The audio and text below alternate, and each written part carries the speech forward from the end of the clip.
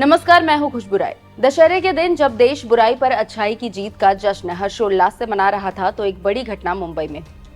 ये घटना थी सलमान खान और संजय दत्त के खास दोस्त बाबा सिद्दीकी की हत्या की। इस पर देखिए एक खास रिपोर्ट।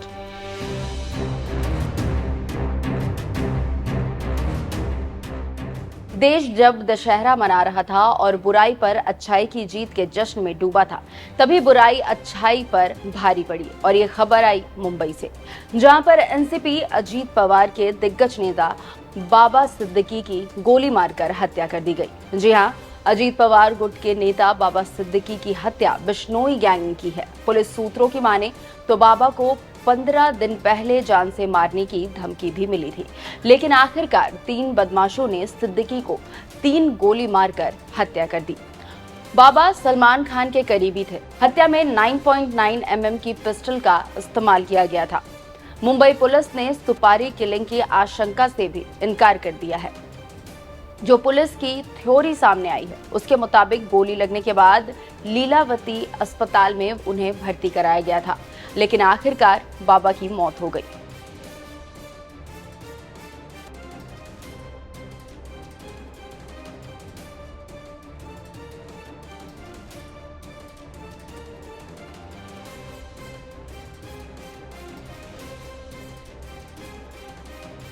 बाबा सिद्दीकी महाराष्ट्र की सियासत का बड़ा नाम है। वो 3 बार विधायक रहे हैं।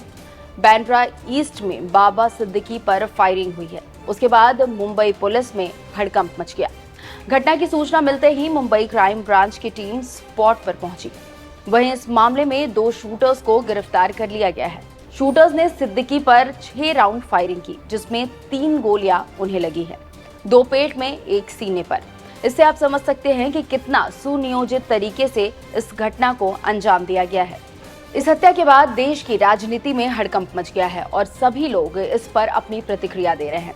बाबा सिद्दीकी पर समाजवादी पार्टी के महासचिव अबू आजमी ने क्या कहा है, वो सुनिए।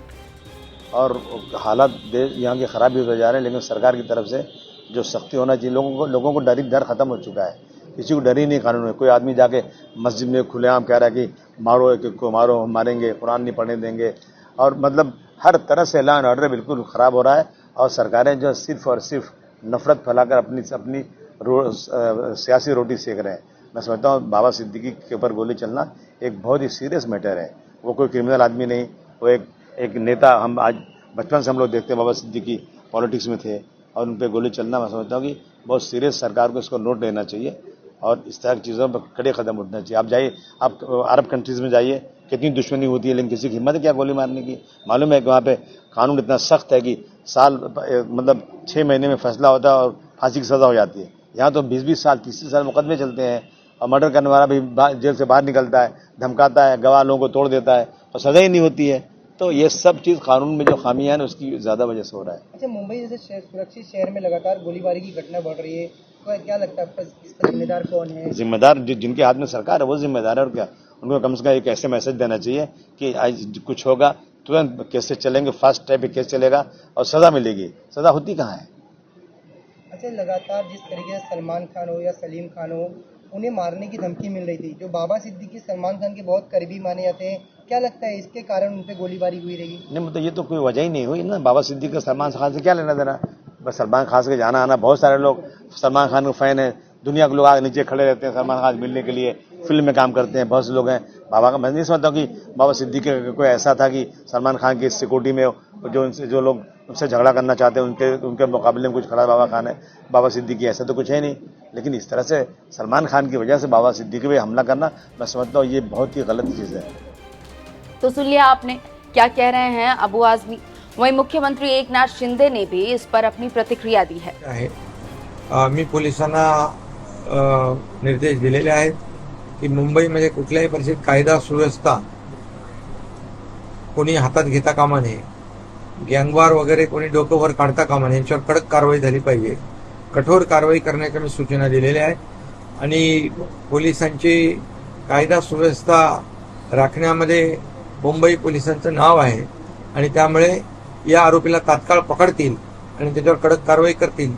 तिन्ही लोक जे आहेत यांच्यावर बाबा सिद्दीकी यांच्यावर जो हल्ला केलेला आहे या हल्ल्यासंदर्भात तात्काळ त्यांच्यावर कठोर कारवाई होईल आणि कठोर काही कारवाई करण्याचे निर्देश मी दिलेले आहेत.